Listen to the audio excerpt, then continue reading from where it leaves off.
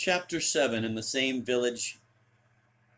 where my father and my mother dwelt also a thin, upright, motherly, notable, good old body of a midwife who, with the help of a little plain good sense and some years' full employment in her business, in which she had all along trusted little to her own efforts and a great deal to those of Dame Nature, had acquired in her way no small degree of reputation in the world, by which word world need I in this place inform your worship that I would be understood to mean no more of it than a small circle described upon the circle of the great world, of 4 English miles diameter, or thereabouts, of which the cottage where the good old woman lived is supposed to be the center. She had been left, it seems, a widow in great distress with 3 or 4 small children, in her 47th year, and as she was at that time a person of decent carriage, grave deportment, a woman moreover of few words, and withal an object of compassion, whose distress and silence under it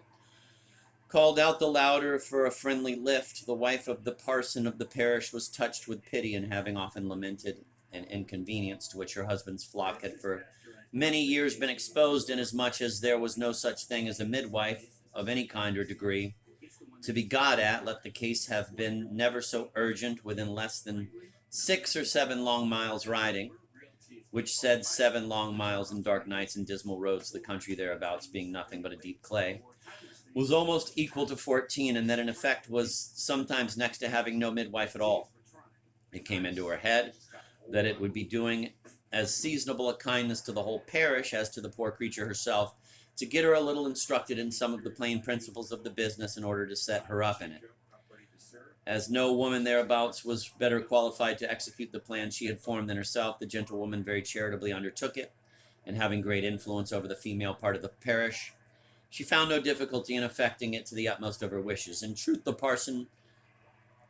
joined his interest with his wife's in the whole affair, and in order to do things as they should be and give the poor soul as good a title by law to practice as his wife had given by institution,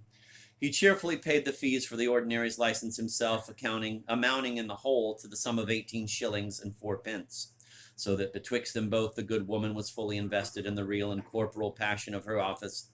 together with all its rights, members, and appurtenances whatsoever.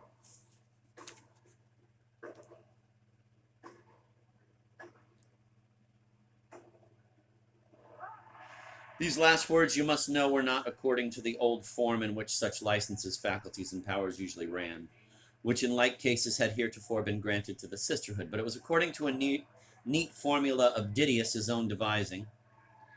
who, having a particular turn for taking to pieces and new framing over again all kinds of instruments in that way, not only hit upon this dainty amendment, but coaxed many of the old licensed matrons in the neighborhood to open their faculties afresh in order to have this wham-wham of his inserted.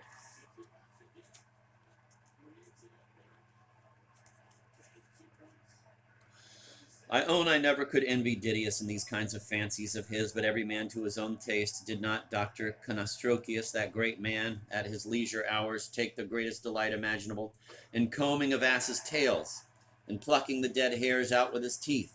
though he had tweezers always in his pocket? Nay, if you come to that, sir, have not the wisest of men in all ages, not excepting Solomon himself, have they not had their hobby horses, their running horses, their coins and their cockle shells, their drums and their trumpets, their fiddles, their pallets, their maggots and their butterflies? And so long as a man rides his hobby horse peaceably and quietly along the king's highway, and neither compels you or me to get up behind him, pray, sir, what have either you or I to do with it?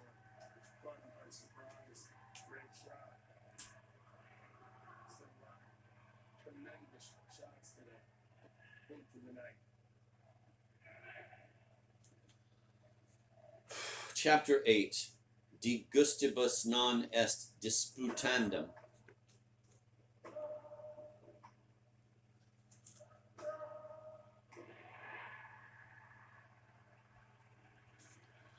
That is, there is no disputing against hobby horses, and for my part I seldom do, nor could I with any sort of grace, had I been an enemy to them at the bottom, for happening at certain intervals and changes of the moon to be both fiddler and painter, according as the fly stings. Be it known to you that I keep a couple of pads myself, upon which in their turns, nor do I care who knows it, I frequently ride out and take the air, though sometimes to my shame be it spoken, I take somewhat longer journeys than what a wise man would think altogether right, but the truth is I am not a wise man, and besides am a mortal of so little consequence in the world, it does not much matter what I do, so I seldom fret or fume at all about it, nor does it much disturb my rest when I see such great lords and tall personages as hereafter follow. Such, for instance, as my lord A, B, C, D, E, F, G, H, I, K, L, M, N, O, P, Q, and so on, all of a row, mounted upon their several horses, some with large stirrups, getting on in a more grave and sober pace. Others, on the contrary, tucked up to their very chins, with whips across their mouths, scouring and scampering it away like so many little party-colored devils astride a mortgage.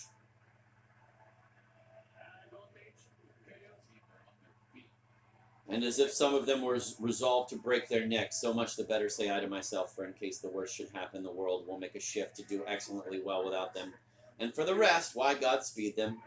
e'en let them ride on without opposition from me. For were their lordships unhorsed this very night,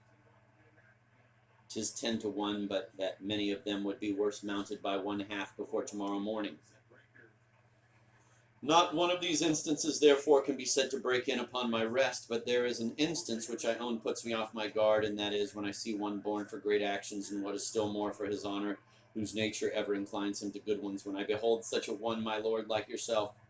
whose principles and conduct are as generous and noble as his blood, and whom, for that reason, a corrupt world cannot spare one moment. When I see such a one, my lord, mounted, though it is but for a minute beyond the time which my love to my country has prescribed to him, and my zeal for his glory wishes,